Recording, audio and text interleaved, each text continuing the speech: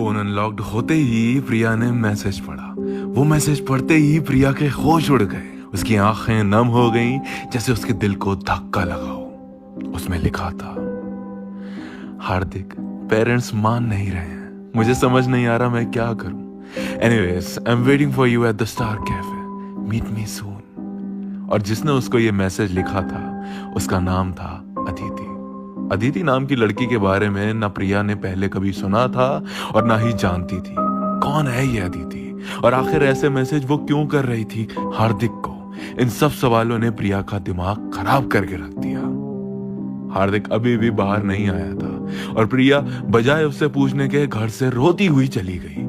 प्रिया पूरी तरह इस बात को एक्सेप्ट कर ही नहीं पा रही थी कि हार्दिक उसको चीट कर रहा है, और ऐसे मैसेज जिसमें लिखा था कि पेरेंट्स नहीं मान रहे, मतलब ये रिश्ता बहुत लंबे टाइम से चला आ रहा था और बात शादी तक पहुंच गई थी।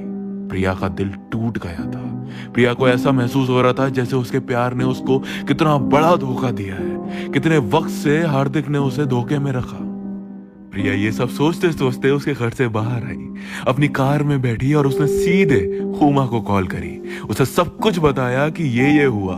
हुमा भी अब शक करने लगी कि हार्दिक सच में चीट कर रहा है, बट उसने पहले प्रिया को संभाला और कहा, अब तू एक काम कर, अपने आप को शांत कर और बिना कंक्लूजन पे पहुंचे पहले ये देख वो लड़की कौन है।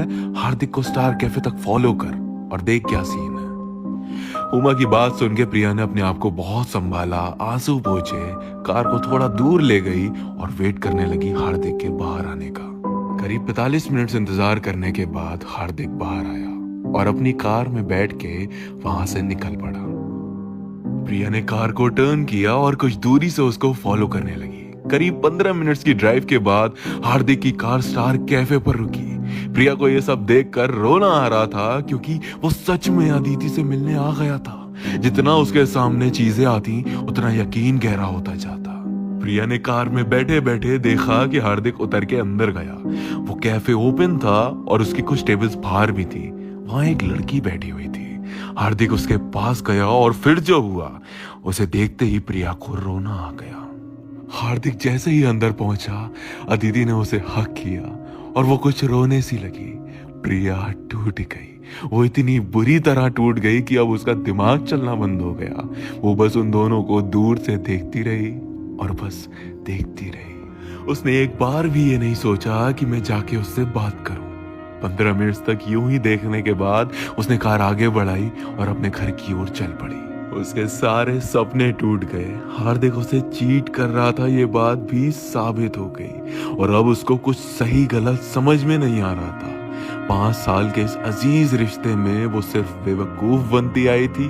एक इंसान को टूट के जाने की सजा उसे बखूबी मिली।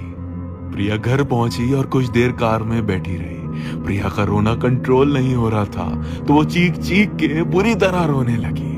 दिल टूटने की आवाज उसके कानों में गूंज रही थी। हार्दिक की हंसी, उसका चेहरा, लाखों यादें, करोड़ों वादे उसे काट खा रहे थे।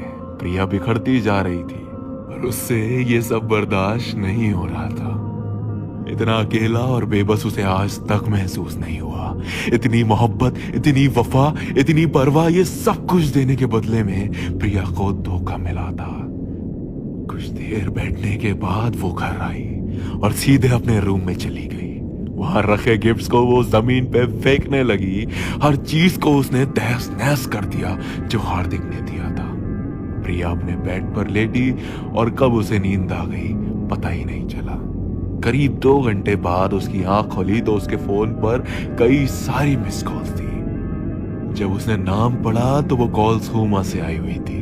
उसने कॉल बैक किया तो हुमा ने कहा, मेरी जान, कहाँ थी तू यार? कब से मैं तेरा नंबर ट्राई कर रही हूँ, कोई रिस्पॉन्स ही नहीं। तू ठीक तो है ना?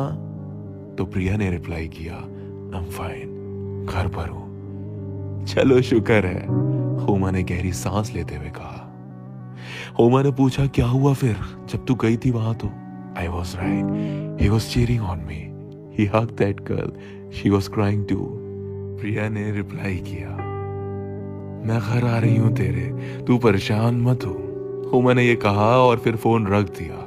प्रिया फिर उसी जोन में चली गई। सवालों पे सवाल, पुरानी यादें, वो चेहरा, वो आवाज, सब कुछ परेशान कर रहा था।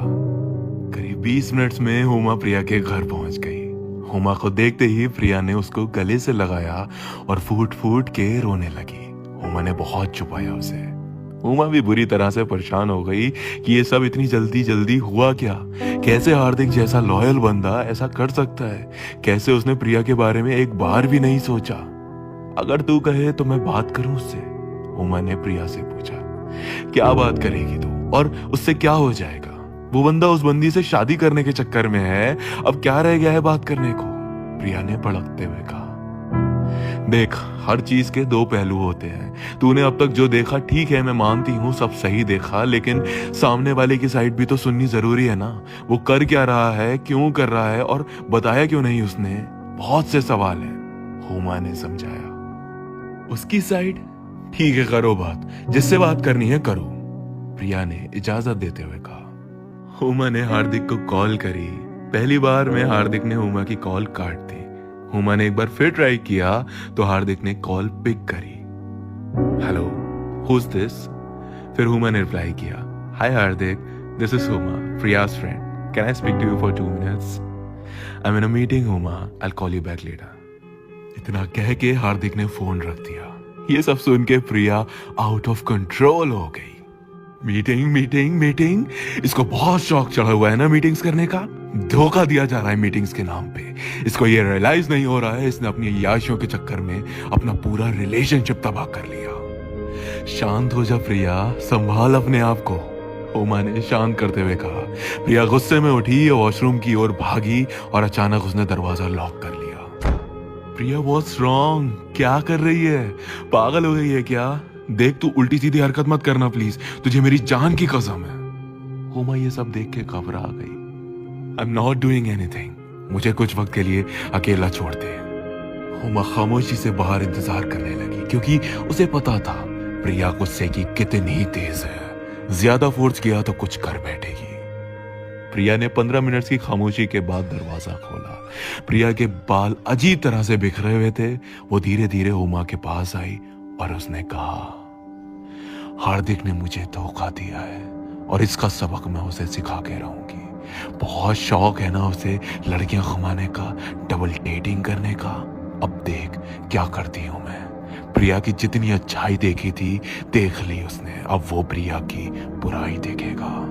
नफरत नहीं करूंगी, लेकिन अब उसको मैं इस बात का एहसास दिला के रहूंगी कि जब कोई अपना दिल पर चोट मारता है तो कैसा लगता है।